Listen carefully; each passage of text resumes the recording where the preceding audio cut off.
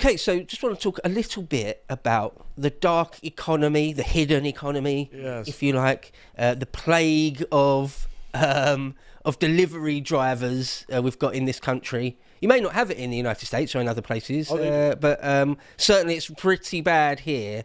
And also, basically, to call for a boycott. Yeah, I think it's high time. I mean, boycotting in general terms is kind of a lefty thing, kind of broadly speaking. But it can work. It does and can work. Yeah, I mean, even in recent times, but the Bud Light one was a good one, good example. Gillette, just stop giving them your money. Yeah. For anyone who might not know, and I think anyone that is in Britain will know, but yeah, as I say, this phenomenon now of Deliveroo, Just Eat and Uber Eats are sort of the big three platforms, companies that employ completely undocumented migrants on a bicycle or an electric bicycle to come and deliver food directly to your home, including like Greggs and McDonald's. Yeah. Right. And you can't not notice that everyone knows. In the same way that everyone knows about all the Turkish barbers and the money, just everyone knows. All the fake vape shops. Right. Yes. You really, really can't fail to notice the sort of swarms of these delivery drivers. And it's all relatively new as well. It wasn't the case, like even 10 years ago, 5 years ago, it was minimal. 10 years ago, sort of non-existent. And people may think that some things I've just said there, I'm mischaracterising it as a far-right stance to say all the things I said about migrants, non-documented migrants, but it really is the case. It's been shown, and even the Sun. I mean, let's just actually watch a bit of this video where the Sun did some investigative journalism on it. Can you put the sound up? Oh, okay, I'll do it. For them, as thousands work illegally. Let's just start this again. Asylum seekers are being offered Deliveroo and Just Eat accounts within 10 minutes of asking for them, as thousands work illegally for the apps across the country. We went undercover to expose how easy it is for illegal immigrants who have just arrived in the UK to join the massive black market economy. And at hotels in London and Bournemouth, we witnessed dozens. Just say, just these bikes, constantly hanging around all sorts of, not just McDonald's and Greggs, but loads and loads of different takeaway places. They're just sort of constantly there. I mean, like a swarm of them. They're ubiquitous, absolutely ubiquitous. And they drive absolutely recklessly. There's that too. Peter Hitchens would agree with you there. It is actually a little bit dangerous. They are quite dangerous. No, seriously. They're quite dangerous. And as it gets worse, I mean, we have the same problem with these small motorbikes in Lebanon. And God, they are such a hazard on the road. Even in a country like Lebanon where you just expect hazard everywhere, you know? And here, no offense, but British drivers are not used to sort of monitoring 360 degrees because they don't know where somebody might jump onto the road. British drivers are used to driving in an orderly way. Yeah. Just whizzing around corners, because a lot of them are migrants that have come here very, very recently. Yeah, and they're sort of not used to our Green Cross code. They don't have licenses in a lot of cases. Yeah, so even when they're on these motorbikes, they don't care. Yeah, they don't care. They know the police isn't going to stop them. Yeah, and so they just beyond the illegals being in these companies as well. It's just phenomenally rare to actually see someone ethnically English. Yes. To see someone British Hardly working ever. these jobs. Do you ever see a British? Hardly I ever. did a double take one time because I actually saw one. I was like, bloody hell, is that Uber rider actually British? You know, it was that rare. Let's just carry on with this real quick. Thousands of migrants in the full uniforms of Deliveroo and Just Eat, coming and going at all hours of the day. To prove exactly how easy it is to get around these supposedly ironclad work requirements, I posed as a new arrival into the UK and joined forums on Facebook where accounts are offered for sale. Within 10 minutes, I've been contacted by one so-called Deliveroo dealer who had an account I could rent and begin immediately working on. I started by telling... So just to make that clear what's going on there, you need the right paperwork in order to do this. So they've got a guy that's got that, and then you just rent his account. You could have multiple people, dozens, maybe even hundreds of people using his account to do this. Yeah. So that's just to be clear, that's what's going on here. Yeah. So completely circumventing the system that a company like Deliveroo has put in place, and well, they will be aware of what's going on. Yes. If this Sun reporter is able to sort of do this with complete ease. Him, quote, "I have arrived in the UK and did not have the documents, making it clear I had no right to work. But despite the law, he still told me that wouldn't be a problem and said, quote, rent weekly cost is £80 and monthly cost is £200. I wanted to check if he was sure I wasn't going to get caught and asked him exactly how it works. He quickly replied, quote, okay, I will guide you through whatever you don't understand and show you how everything works perfectly in Deliveroo.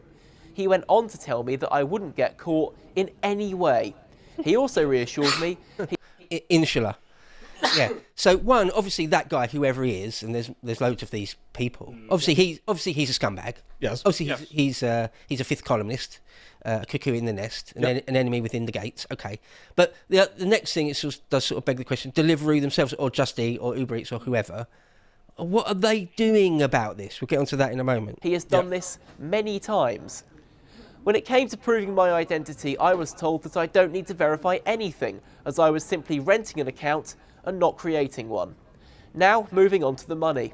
He told me, quote, you can earn up to £100 daily, though other dealers said migrants had made as much as £250, and some we spoke to said they were making nearly £1,000 a week. We found another seller offering Just Eat accounts and, after raising the same fears about being caught, the man told us, quote, it's no problem if you do your job, mate. A third seller told us, don't worry, leave that to me. It's my job, I will sort it out on your behalf. Migrants in hotels have generally been in Britain for less than 12 months, meaning they are supposedly banned from working for cash in any circumstances. Even those here for longer are not allowed to legally work as delivery drivers.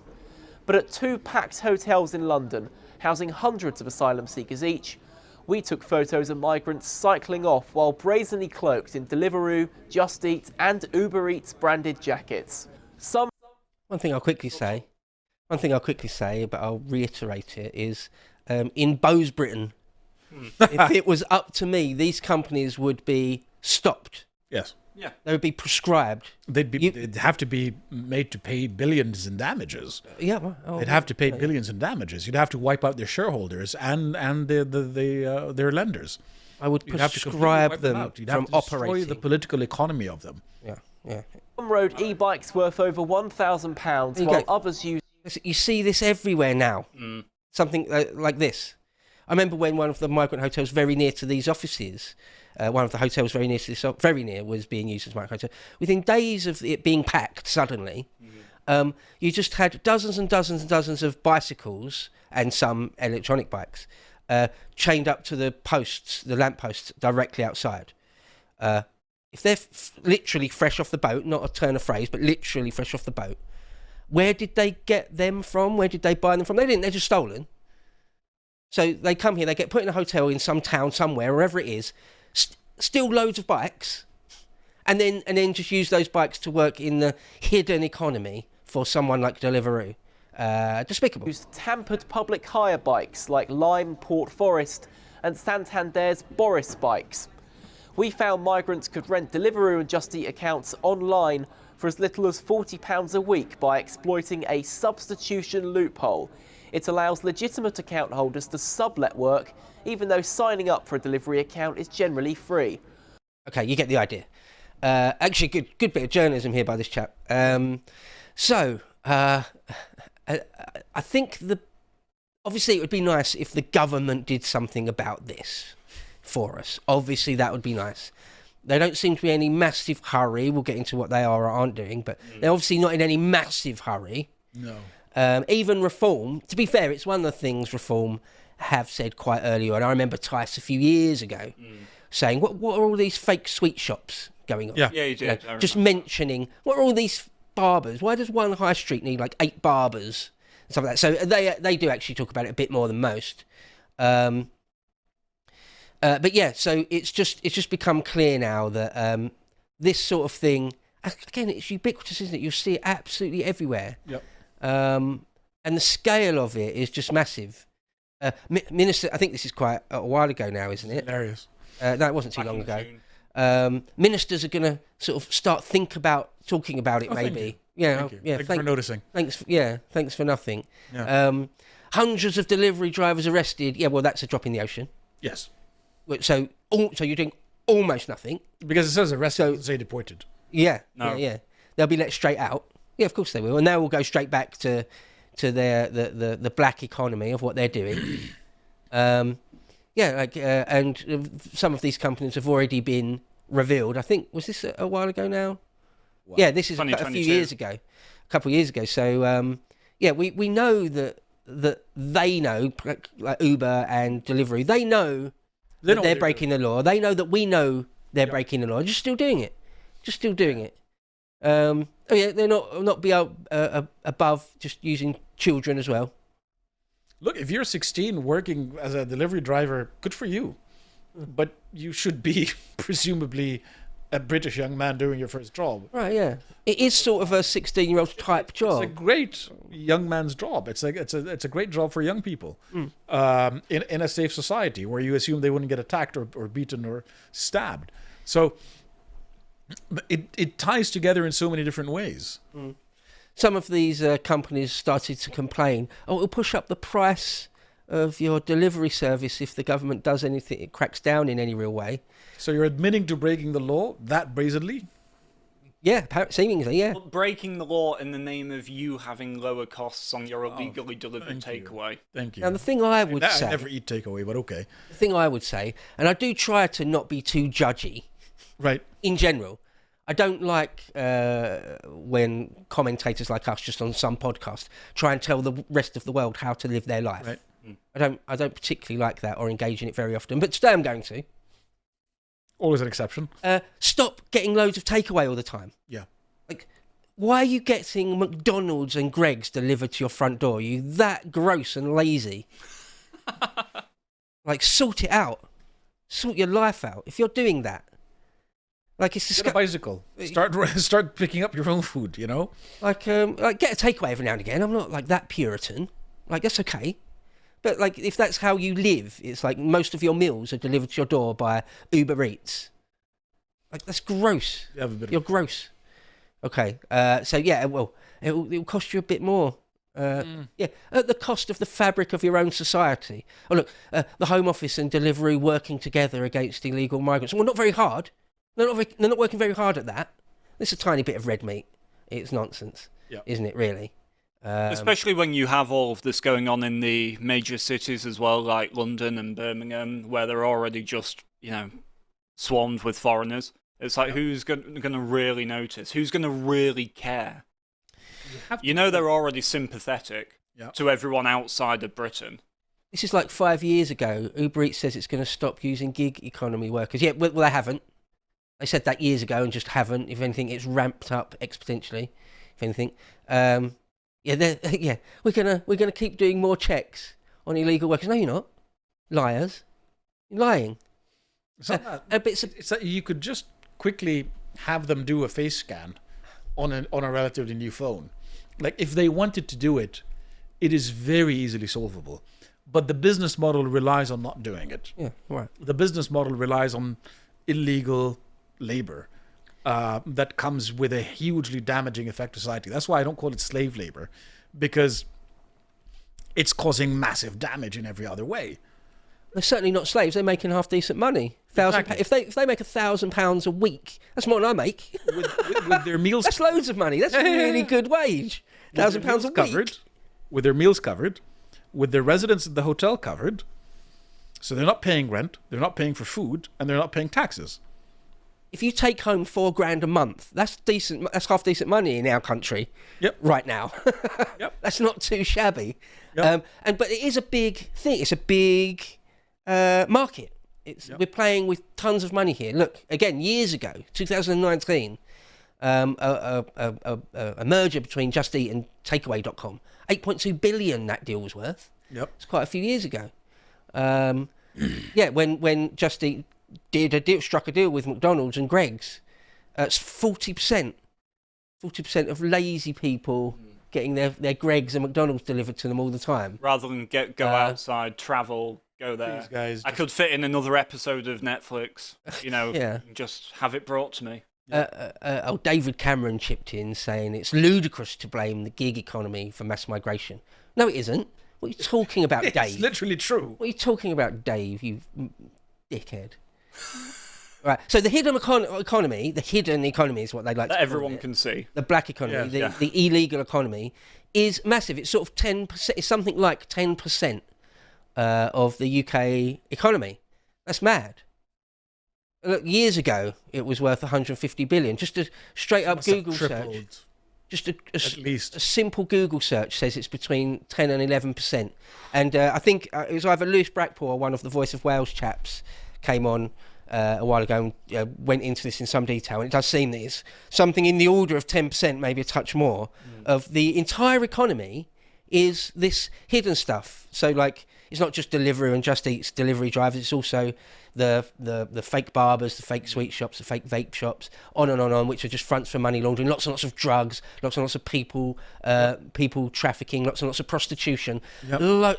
So what I would say is, because a lot of people say this when we moan on the internet, well, what can I do? I'm just one person. I can't control government. I've only got one vote. What can I really do? Well, what you can do is boycott them. Boycott them all. Don't spend your money with them. Delete your apps. Yes. Stop giving them money. Stop transferring our wealth to them. Because I only send it home anyway, mostly. Stop giving them money. They are stealing from us in essence. Or not even in essence, just literally. They're stealing jobs from young people. They're stealing safety from everybody. Right. And they're stealing welfare. Well. Like, and they're stealing welfare. You think in a different... Well, not that I'd still have my contentions with like Deliveroo and Just Eats regardless, but in another world, you think it'd be an entry-level job. It is. Which is what it should be. Right, which is what it should be. Like, but work over the instead- summer, Yeah, make a few quid, yeah. have some pocket money, learn some financial responsibility, learn how the system works, get some experience. It's not a bad thing. But instead... It's good to work if you're 15, 14, 17. It's good to have a, job appropriate for your age. No, absolutely. It's like being a paper boy. Exactly. And then you, like, maybe a delivery driver, a pizza dude, Exactly. or whatever. There's nothing wrong with it. It's actually healthy. In the summer, you go and pick strawberries somewhere. Yeah. Exactly. You learn how to be on time. You learn responsibility. You learn that you've got to interact with people. It builds up your confidence. It gives you a little bit of financial independence. It's healthy for you. They're taking an opportunity away.